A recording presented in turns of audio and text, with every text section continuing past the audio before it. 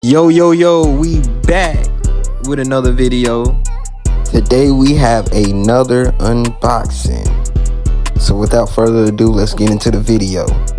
So I'm trying to figure out what AGH stand for. Like, I don't know, always getting heat. All good hates. I don't know, it's something. But other than that, let's get these hints going.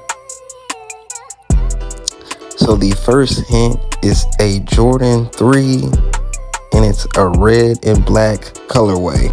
And there goes your little sneak peek. So what is this? These are the Air Jordan 3 Unites. Now these didn't come that bad. You know, these are quick wipe down and then it will be getting posted. Stay tuned for the cleaning process.